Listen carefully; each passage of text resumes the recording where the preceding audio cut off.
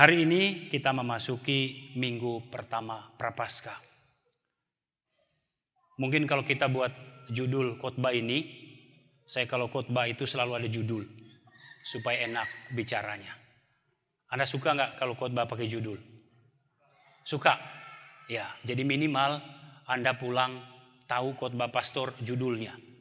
Gitu ya. Jadi judulnya hari ini puasa, godaan dan sikap kita menghadapi godaan. Jelas? Ya. Begitu ya. Supaya Anda pulang bawa sesuatu daripada omong kiri kanan tidak jelas. Baik, para saudara dan saudariku yang dikasihi Tuhan. Minggu ini dikisahkan dalam Injil, Yesus itu berpuasa, pergi ke padang gurun. Tadi dikisahkan Yesus dipimpin oleh Roh Kudus. Sebetulnya kalau kita refleksi lebih jauh, para teolog kitab suci mengatakan bahwa Yesus digerakkan Roh Kudus sehingga dia ke padang gurun untuk berpuasa. Pantang selama 40 hari, 40 malam. Kalau Anda ke Tanah Suci, Anda lihat seperti apa itu padang gurun. Batu semua. Ya. Jadi benar-benar sepertinya tidak ada kehidupan di situ. Dan Yesus ada di situ. Ya. Nah, selama di sana, Yesus apa saja yang dilakukan? Dia katakan di sana, dia bersemuka dengan Bapaknya. Dia ada bersama Bapaknya berdoa. Jadi berpuasa, pantang, dan juga berdoa. Kodrat ilahi Yesus itu sudah sempurna. Tapi kodrat manusia, ya dia sempurna juga. Tapi dia mengalami pengalaman seperti kita. Makan dan minum, bahkan rasa takut juga, bahkan lapar juga. Nah pada saat seperti itulah dia bergulat. Nah tadi dikatakan ketika Yesus mulai lapar. Jadi ada 3 godaan di situ yang dialami Yesus. Satu dalam hal apa? Dalam hal makan dan minum. Maka godaan pertama ketika Yesus mulai lapar, datanglah si iblis. Apa yang dia buat? Kamu kan anak Allah, kata si iblis. Ubah batu ini menjadi roti. Mungkin kalau kita baru puasa berapa jam aja, oh iya ya, batu besar itu berubah menjadi roti boy. Ya, langsung tidur di situ. Ya. Tapi apa yang dikatakan Yesus, dia pakai firman juga. Manusia hidup bukan dari roti saja, tetapi dari setiap firman Allah. Kalah iblis. Kabur dia. Tiba-tiba cukup. Datang lagi. Dibawalah Yesus kemana? Ke bubung bait Allah. Ke kota suci bait Allah itu ada di Yerusalem. Bawa ke atas. Bagian atas. Kamu kan punya kuasa kan? Dan Tuhan menyuruh malaikatnya untuk menatang kau. Coba engkau terjun dari sini. Jadi mungkin kau seperti Harry Potter. Malaikat sudah siap di sekeliling bait Allah ini. Apa kata Tuhan Yesus? Ya, kan kata iblis tadi, jatuhkanlah dirimu ke bawah. Sebab ada tertulis, malaikat-malaikat Allah akan menatang engkau. Tapi kata Yesus apa? Janganlah engkau mencobai Tuhan Allahmu. Siapa Yesus? Siapa Yesus? Allah. Jadi orang yang meragukan Yesus sebagai Allah, itu tugas Anda mewartakan. Siap? Siap mati? Ya. Siap mati demi Injil? Pulang wartakan Injil di tengah-tengah orang yang belum mengenal Yesus. Siap? Cuman 1 orang. Yang lain pikir-pikir, mau suamiku piye, istriku gimana, anakku gimana. Ayo, katakan siap? Siap? Mati demi Yesus? Kan kalau mati pun kita ketemu Yesus gitu ya. Jadi Yesus adalah Allah. Jangan Anda ragu-ragu lagi, oh Yesus kan manusia doang. Kamu jangan ikut di YouTube itu. YouTube itu banyak orang stres. Kurang kerjaan, lalu ngurusi Injil. Padahal dia tidak pernah belajar Injil. Logikanya aja Anda pegang gitu loh. Orang yang tidak baca Injil, bicara mengenai Injil. Orang yang tidak belajar mengenai Yesus di gereja, mulai khotbah mengenai Yesus. Kalau saya langsung delete aja manusia kayak gitu. Langsung kasihan di lo. Dan yang kedua, semoga Yesus menjamah engkau dan bertobat. Seperti Rasul Paulus. Ya. Selesai yang kedua. Siapa menang? Siapa menang? Yesus kok dilawan. Ya. Lalu iblis bingung nih. Lagi yang ketiga, dia datang lagi. Dia bawa Yesus mungkin ke bukit ya. Dia lihat ke mana, mungkin dari bukit Frater itu ke Cipanas. Ya. Wah, kalau malam hari Cipanas Sindanglaya itu kan bagus sekali lampu-lampunya. Ya mungkin kita sedikit berimajinasi gitu loh. Ya, di atas bukit lalu dilihat ke sana, wow, gemerlapan. Apa kata iblis? Sus, kamu lihat enggak itu, ya? Yesus maksudnya. Ya. Sorry Tuhan Yesus ya. Ya kita bercanda sedikit lah, jangan serius melulu. Ya. Itu kata iblis. Namanya juga iblis kan kurang ajar gitu. Ya. Aku akan memberikan kepadamu semua kemegahan keindahan dunia ini kalau engkau menyembah aku. Yesus mulai panas dan berkata, enyahlah daripadaku hai iblis. Paling ujung. Ko Andre. Ya. Dan apa yang terjadi? Iblis tidak bisa berdaya lagi. Kabur. Udah selesai di situ ceritanya. Ya. Begitu bawa ke Taman Eden, ular bilang, ada pohon kehidupan di sana ya. Enggak boleh kata Tuhan. Nanti kami sama dengan Tuhan. Nah, itu hebatnya Tuhan, Adam. Ya. Coba kamu enggak ngikutin itu, kamu sama dengan dia, hebat loh Tuhan. Ya Adam bilang, wow, betul juga ya. Gimana Hawa? Maukah? Ayo. Nah, suami istri kan, ayo. Ya. Dan apa yang terjadi? Dia kalah terhadap godaan dan apa? Apa yang terjadi? Jatuh. Itulah manusia. Kita tidak ada yang kuat. Makanya jangan sok kuat. Jangan sok suci. Anda merasa bahwa kalau sudah berjubah, aku kuat. Ya. Nggak akan takut. Nah, bentar lagi tuh jatuh.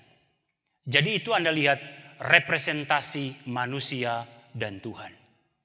Dan juga akan kita jelaskan representasi kehadiran orang yang dekat dengan Tuhan. Dia bisa mengalahkan kekuatan setan. Itulah orang kudus. Nah, para saudara dan saudariku yang dikasihi Tuhan. Kenyataan inilah yang juga mengintai kita. Kalau kita mau jujur. Anda dan saya ini. Anda pernah jatuh dalam godaan? Siapa yang pernah jatuh? Mau berpuasa, nggak makan 1 hari. Jatuh, pernah. Siapa yang puasa 1 hari penuh, tidak makan dan tidak minum? Angkat tangan. Wih, hebat ya, puji Tuhan. Lanjutkan hari kedua. Masih 28 hari lagi loh. Berapa? 38 hari lagi. 40 hari Yesus itu. Kalau kita mengikuti Yesus 40 hari, gue nggak sanggup. Tapi untung Yesus ini kan berbelas kasihan luar biasa. Ada yang dulu saya kenal umat. Romo, saya ingin mengikuti Yesus 40 hari. Ya, hari pertama masih kuat. Hari kedua sudah mulai goyang. Hari ketiga nggak bangun. Dan hari keempat misa requiem. Karena terlalu arogan. Udahlah, tahu batas lah. Ya. Jadi nggak usah ngikut. Itu guru, itu Tuhan. Ya. Kalau memang digerakkan roh, boleh. Nah, para saudara dan saudariku, ini kenyataan. Dalam kehidupan kita sebagai manusia, banyak sekali godaan-godaan yang mengitari kita. Dalam hal makan dan minum, dalam hal kuasa dan jabatan, dan dalam hal kenikmatan dunia. Kekayaan dan juga kemewahan dunia ini. Apakah Yesus larang supaya kita kaya? Larang atau tidak? Tidak larang. Apakah Yesus larang kita mempunyai jabatan yang bagus? Tidak dilarang. Apakah Yesus larang kita berpuasa? Tidak. Tetapi yang mau ditunjukkan di situ, hati-hati. Ya, saya pinjam nada ungkapannya Presiden RI Joko Widodo. Hati-hati. Agak kurang mirip ya, tapi nggak apa-apa lah. Hati-hati. Ya.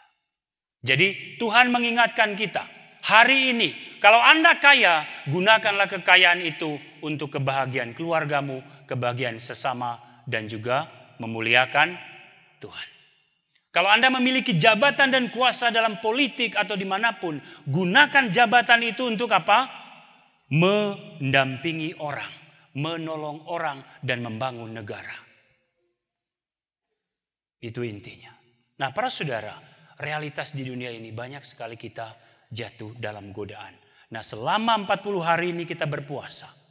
Gereja mengatur supaya kita berpantang dan berpuasa. Puasa itu berarti apa? Ada dua. Puasa lahir dan puasa batin. Secara ringkas, puasa lahir kita mengurangi makan dan minum. Ya. Untuk mengekang hawa nafsu. Orang yang terlalu suka makan, ya kita harus belajar supaya mengurangi. Kalau boleh 40 hari ini makan daun aja sama nasi. Ya diatur ya. Supaya kita juga mendidik diri kita gitu loh. Jadi jangan hanya mendidik orang lain, kita nggak bisa mendidik orang diri sendiri. Makan dan minum. Lalu apalagi? Makan dan minum ya, sudah. Kuasa, ya kalau kita memiliki kuasa itu kita gunakan dengan baik. Kita syukuri, itu pemberian Tuhan, anugerah Tuhan. Gunakan. Dan yang berikut, kenikmatan-kenikmatan. Banyak sekali kenikmatan dunia ini, saudara. Apalagi? Satu, kenikmatan apa? Nafsu mungkin paling bagus. Nafsu apa? Bekerja. Nafsu apa? Makan. Nafsu belajar. Nafsu apa lagi? Seksual. Ya. Jadi barang yang satu ini banyak merusak masyarakat. Nafsu seks yang tidak teratur. Di sana kita belajar untuk Anda berkeluarga. Kenapa gereja mengatur bahwa yang kawin itu satu laki dan satu perempuan. Apa yang disatukan Tuhan, jangan cerai sendiri. Apa yang ditetapkan Tuhan satu-satu, Anda jangan terlalu kreatif.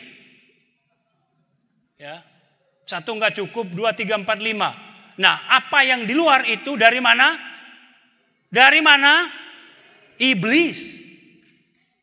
Maka kalau kita jatuh dalam godaan bidang seks ini, mari kita berhenti. Setuju? Berhenti. Setuju? Stop. Setuju? Ya. Mari kita melihat dalam Tuhan keindahan seks itu. Pastor ini kan bicara aja. Belajar aja. Ya. Jadi itu urusan masing-masing ya. Tapi Anda lihat, itu kan Tuhan kan yang memberi. Tuhan yang menggerakkan semuanya itu. Sehingga kita melakukan dengan teratur. Lalu kami ini gimana? Kami diselibat seumur hidup. Ya. Saya pernah waktu pastoral tahun 2006. Ada saya kawan pastor, tapi untung pastor itu sudah meninggal ya. Kok untung ya. Jadi saya bilang, Romo, hari ini kita memulai puasa dan pantang. Ayo kita berpantang dan berpuasa. Frater, kita sudah berpantang dan berpuasa seumur hidup. Kita sudah tidak kawin, itu cukup. Saya tidak berpikir ke sana gitu loh. Maksudnya, pikir kita ya nggak usah makan hari Jumat inilah, kuranginlah. Tapi lucu gitu loh. Akhirnya karena makan terus, jantungnya tersumbat dan selamat jalan selamanya. Kasihan kawan saya itu. Ya sudahlah, doakan saya bro ya, supaya saya juga bisa mengekang diri. Ya, itu ya. Jadi semuanya entah berpuasa, entah berpantang itu diatur oleh Tuhan supaya kita bisa menata diri. Baik, mari kita lihat refleksi teologinya ya. Godaan itu kita harus tahu bahwa godaan itu ada di dunia ini. Apapun sudah tadi 3 bidang itu. Godaan itu sifatnya sangat halus, tidak kelihatan, tetapi membahayakan. Dia menunjukkan sesuatu yang menarik. Lihat semua dunia aku berikan kepadamu. Dia tidak pernah menunjukkan resiko yang mematikan. Maka waspadalah. Ya, kalau Anda berkeluarga, jaga keluarga Anda. Ya. Begitu ada bapak-bapak yang ganggu dari luar. Lu katakan apa bapak dan ibu? Ya? Katakan apa?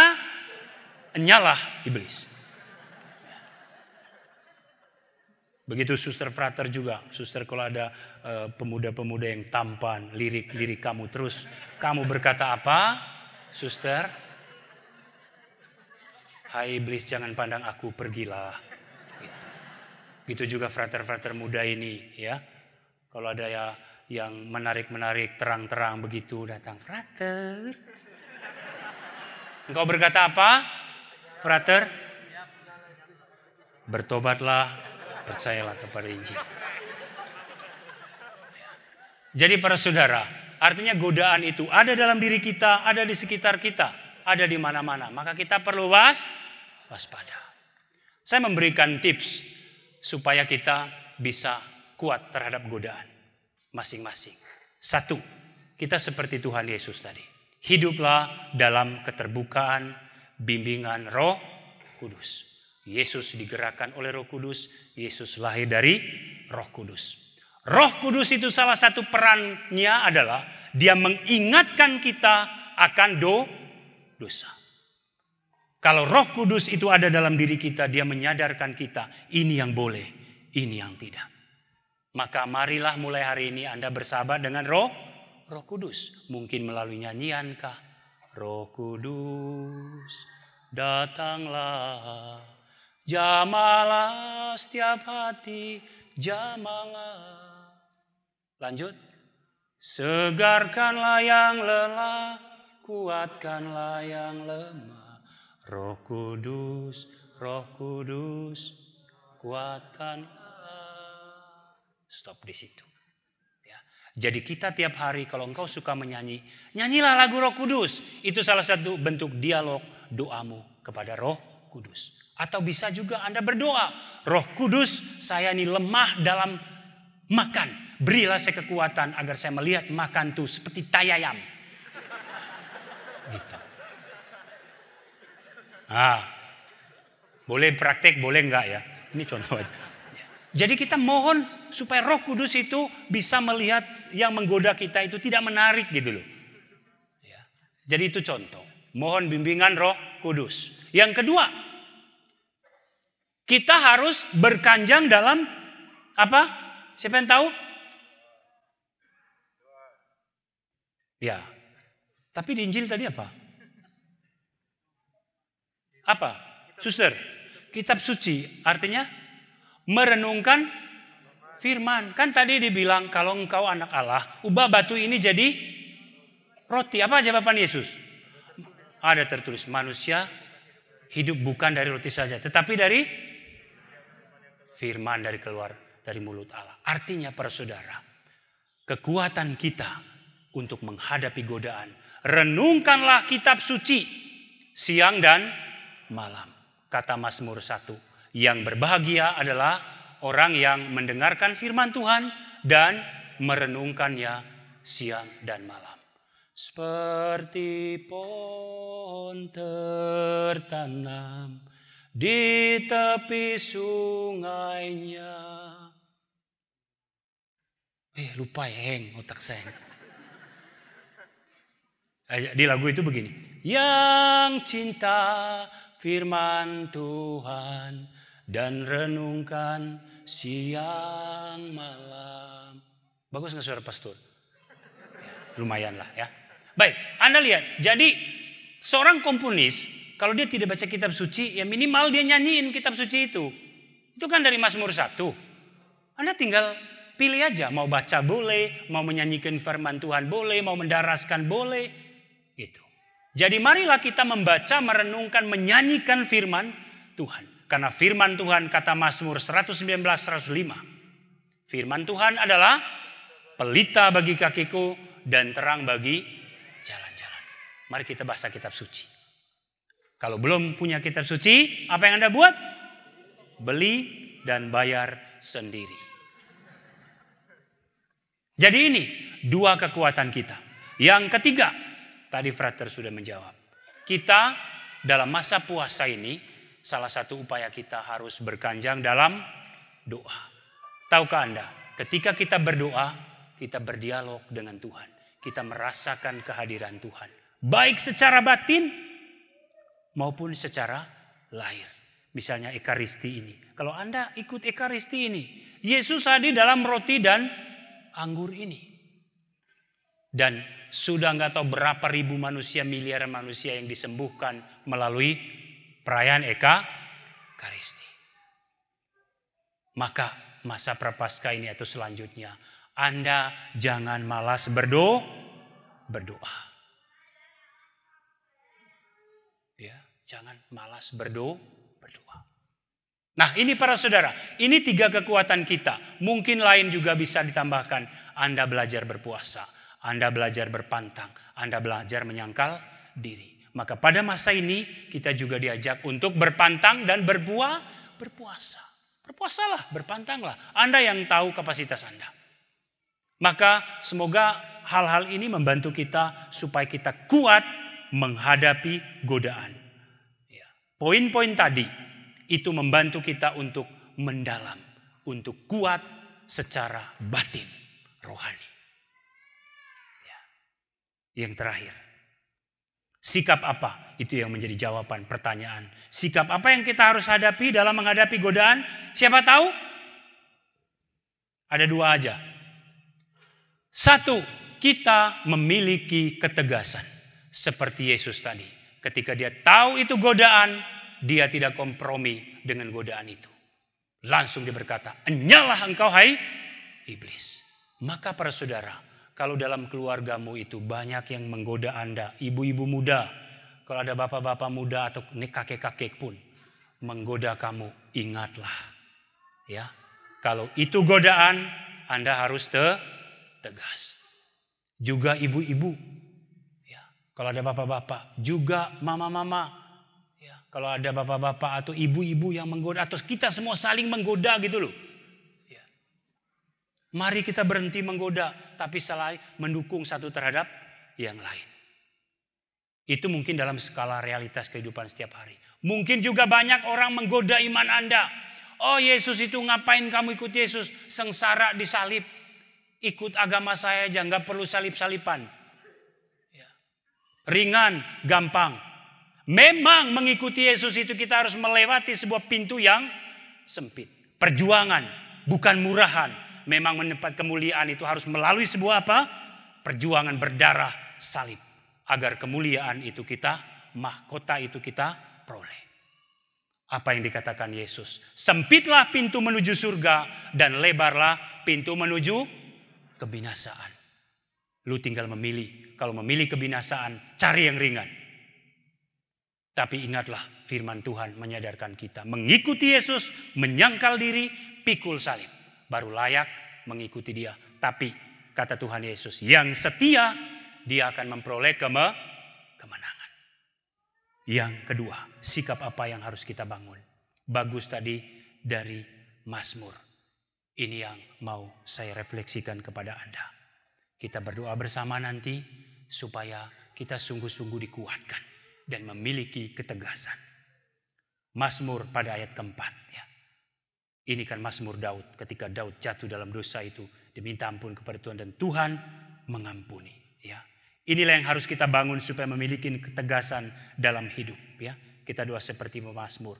Ya Tuhan, bukalah bibirku supaya mulutku mewartakan pujian kepadamu, kepada dunia ini. Ini sikap yang kedua. Supaya kita menang terhadap godaan. Ya, kita harus berkanjang dalam pujian penyembahan. Dalam nyanyian-nyanyian rohani. Mazmur kepada Tuhan. Karena ketahuilah ketika kita nyanyian rohani. Kita memuliakan Tuhan. Kita sedang mewartakan kemuliaan Tuhan. Anda mau memuliakan Tuhan? Mari kita tundukkan kepala saat ini. Ya. Kita mau mohon kepada Tuhan agar kita sungguh-sungguh dipenuhi semangat puji-pujian seperti seorang pemazmur. Tundukkan kepalamu saat ini, kita bersama-sama mau berdoa. Saya juga berdoa khusus untuk Anda hari ini, karena begitu banyak godaan di dunia ini, agar kita semua memiliki ketegasan dan berkanjang memuliakan Tuhan.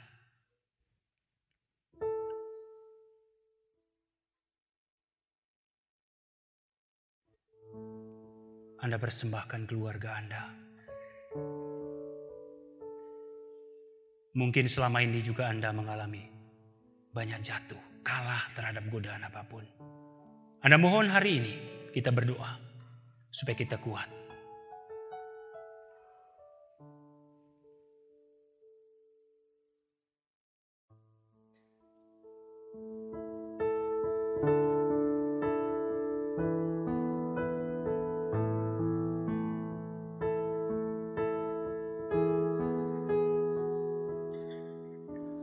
Kerinduanku berjumpa denganmu, bawa hati yang hampa.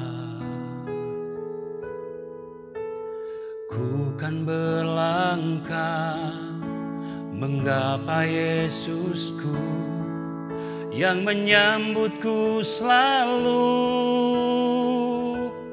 Buka matamu untuk melihat karyanya, buka hatimu tuh damai sejati yang memerintah di dunia.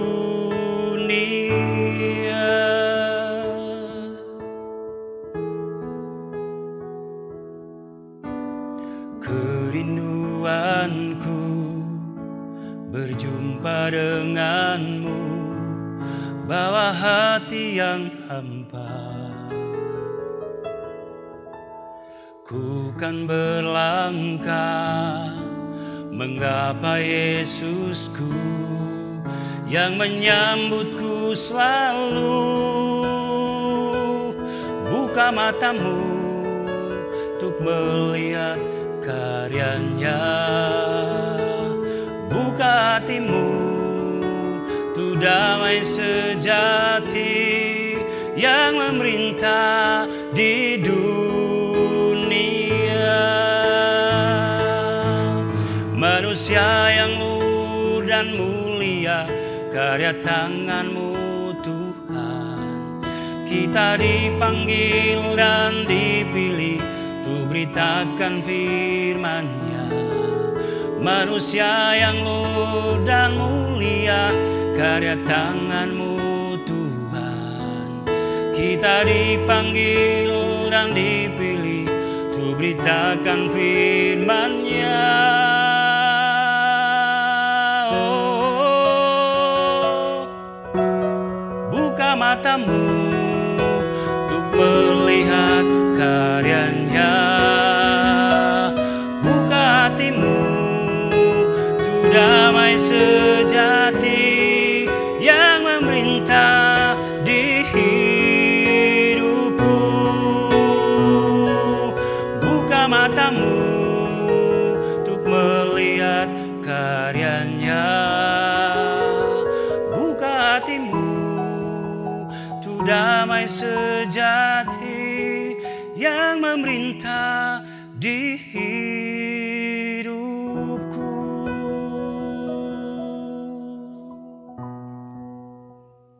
Tuhan memberkati kita semua.